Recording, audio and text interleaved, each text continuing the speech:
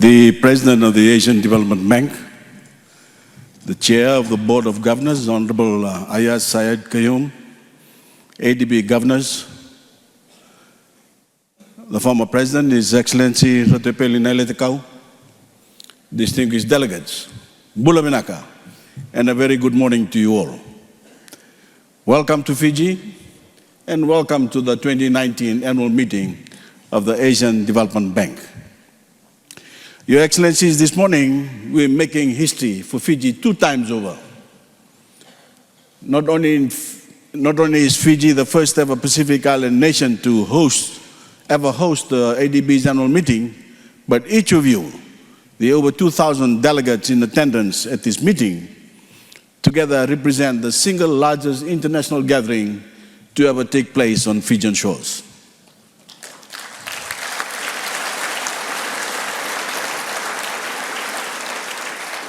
And on behalf of the Fijian government and the Fijian people, we are honored and delighted to be your hosts.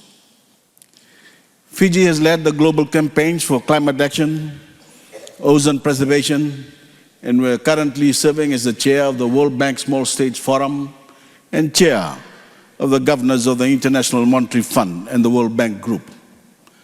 But for all the prestige of our global leadership, we have never before played the role of host for a meeting of this scale. Historically, when it came to the big international conferences, we Pacific Island countries have always been guests in another's home because we were seen to lack the capacity to host such gatherings ourselves.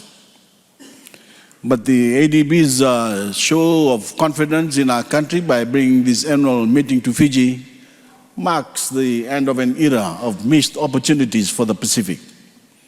And we do very much see this meeting as a Pacific-wide achievement, because today it isn't upon us, the nations of the Pacific, to go out to the world.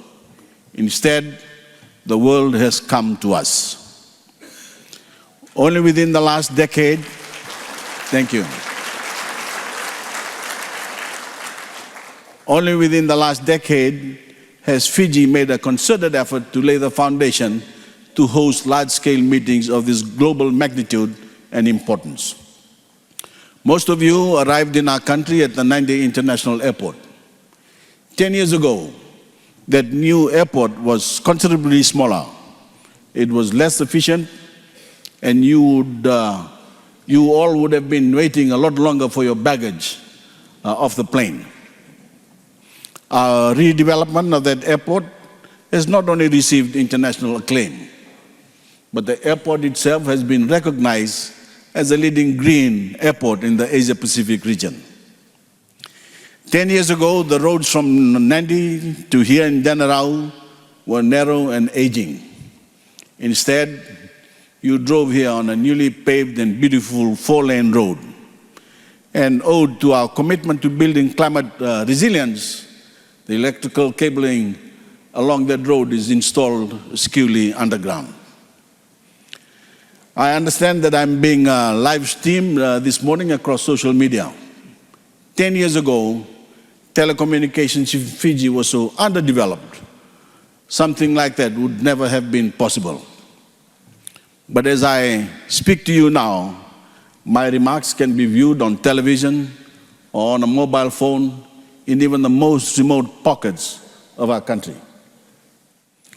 Through the growth of our national carrier, Fiji Airways, Fiji has established direct connections to San Francisco, to Los Angeles, to Hong Kong, Singapore, and Tokyo. And coincidentally, all of these flights take around 10 hours. We currently fly to all of the Pacific Rim, with the exception of South America, which we see as the next frontier for Fiji Airways. I assume that flight will also take around 10 hours as well. So, ladies and gentlemen, it seems Fiji will soon go from being the hub of the South Pacific to being the hub of the entire Pacific Rim.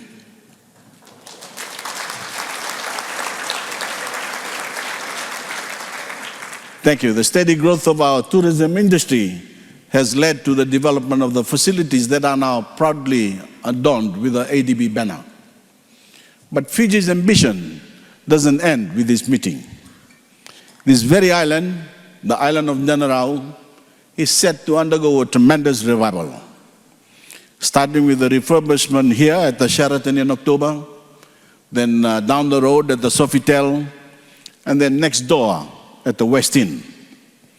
We're laying the groundwork to host even bigger gatherings in the years ahead by building up not only our hotels, but our convention facilities, including a new convention center to be built through our superannuation fund, the Fiji National Provident Fund. That new center, Your Excellencies, will have the capacity to host at least 4,500 people, putting us in the position to host the IMF and World Bank Group annual meetings in the very near future. Fiji is becoming the total package, a nation that combines world-class facilities with the world-renowned warmth and hospitality offered by the Fijian people, which I'm sure you've already had the chance to experience.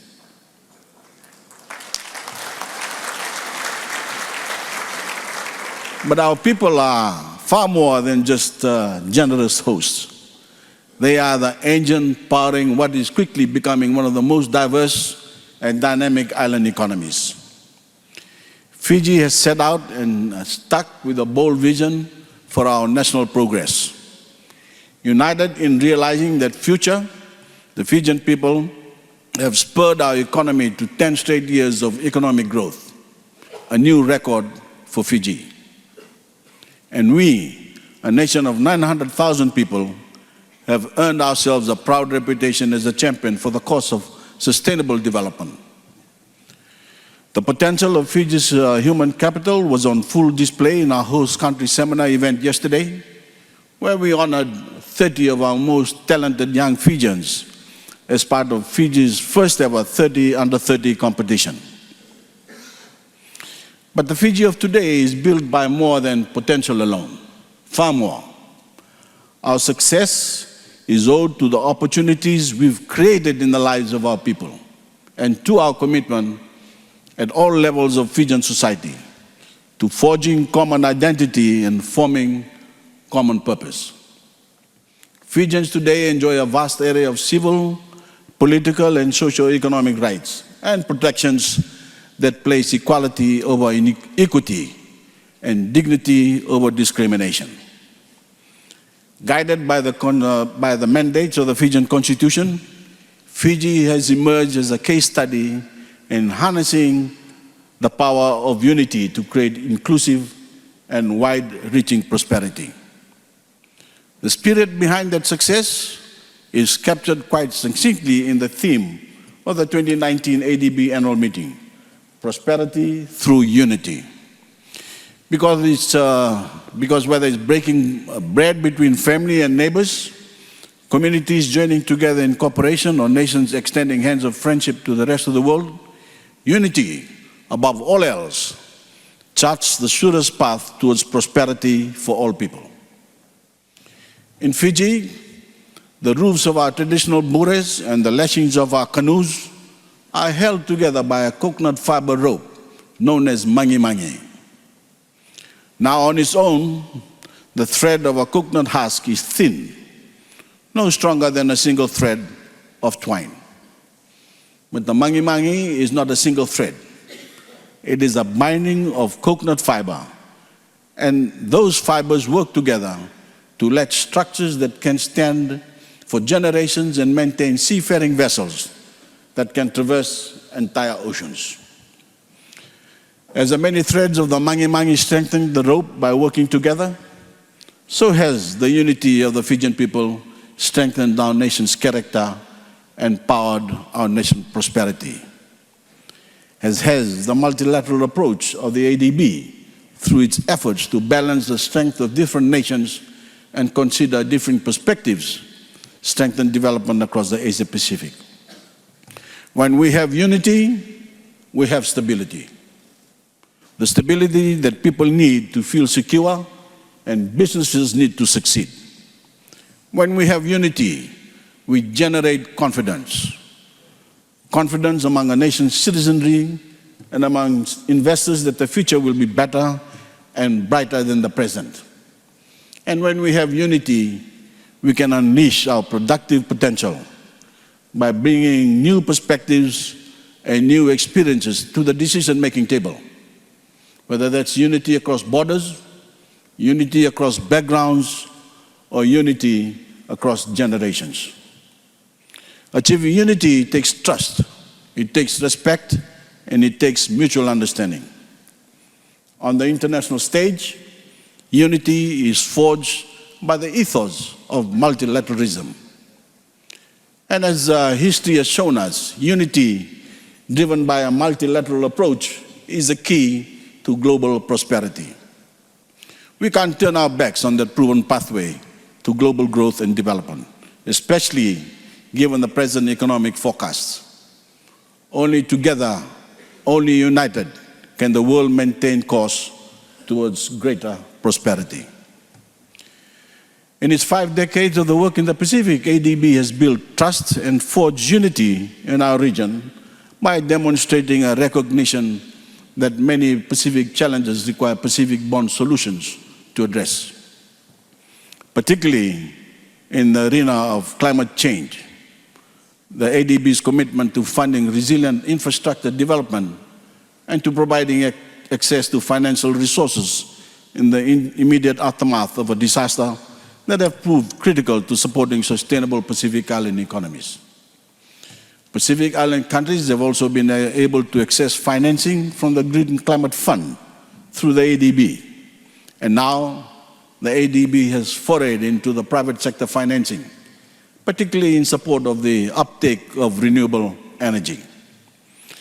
But emerging challenges facing small states will take an even broader, smarter, and more nuanced approach to address. We need to start thinking more outside the box. The World Bank, for example, has recently granted Fiji access to a consensual finance, or IDA funds, on the basis not of the size of our economy, but on our vulnerability to worsening climate impacts. We hope that ADB will follow suit through its ADF facility. Make no mistake, the vulnerability to climate impacts is not isolated to Fiji or even to the Pacific Island countries. The growing ferocity of storms, the rising seas, and changing weather patterns are a global phenomenon. And no people, no economy, and no nation will be spared the consequences. From the disappearing coastline of Bangladesh, to water scarcity across the Mediterranean, to the desertification of arable farmland in landlocked countries in Africa, to the worsening super typhoon wreaking havoc across the Philippines, Japan, and China, to the communities sleeping beneath the rising seas in the southeast of the United States. All people are vulnerable, and all nations must unite in taking decisive action to address this threat. Fiji took up the reins of global leadership in the campaign for climate action as president of COP23 negotiations, and we continue to be a fierce advocate for that cause. But here at home, we have not allowed ourselves to be intimidated into inaction by the worsening impacts of climate change. As I mentioned, our economy is an unbroken streak of 10 years of economic growth, and the ADB is a critical partner to Fiji in transforming that economic prosperity into development that benefits all Fijians. Since 1970, Fiji has accessed $524.4 million in loans, $35 million in grants, and $33.7 million in technical assistance through ADB financing. But the numbers alone don't tell the full story. The dollars and cents certainly speak volumes, but let me share with you what you'll never get from looking at the fact sheet of the ADB's work in Fiji. We can certainly determine how much asphalt and concrete it will take to construct a new road, but you cannot place the true value on the ADB support in building a road that opens up a Fijian community to the rest of the nation. You cannot assign a number of the Fijian, number to the pride a Fijian woman feels when she's able to travel that road to sell produce in an urban market and earn income for her family. As more women are able to access similar opportunities, we create the scale necessary for a holistic interagency journey that can eventually lead to the construction, for example, of overnight accommodation that provides security to rural women vendors working in our cities. We can certainly calculate the value of ADB support in extending access to water to the Fijian community, but we cannot add up the countless hours of back-breaking labor that Fijian women and men have been spared now that they no longer need to spend their days finding and carrying clean water back home. We can estimate the gigawatts of solar energy a community will need to keep the lights on, but when the ADB supports the introduction of the new source of energy to a community, who can quantify the value of extra hours a student can study in their home once the sun has set? The value of gratification a vendor has when she can now sell produce into the night, or the feelings of security shared by all members of a community now that their homes can remain lit well into the evening. Friends, the intangible good created by the ADB's work in Fiji and across the Pacific may be immeasurable, but it is immense. And it is the gravity of this human impact that matters above all else. For these reasons and more, Fiji is a proud partner to the ADB. We are a proud home to the ADB regional headquarters in our capital, Suva. And today, we are proud hosts to this 2019 annual meeting of the Asian Development Bank.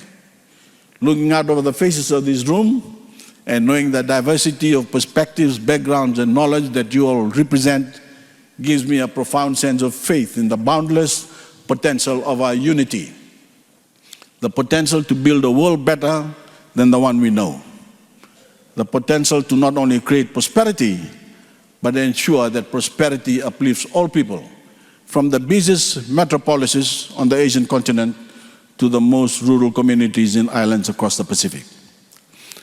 Let our shared commitment towards that future guide our discussions and seminars over the coming days, united in purpose in achieving inclusive prosperity. Once again, Your Excellencies, ladies and gentlemen, I welcome you all to Fiji. Thank you.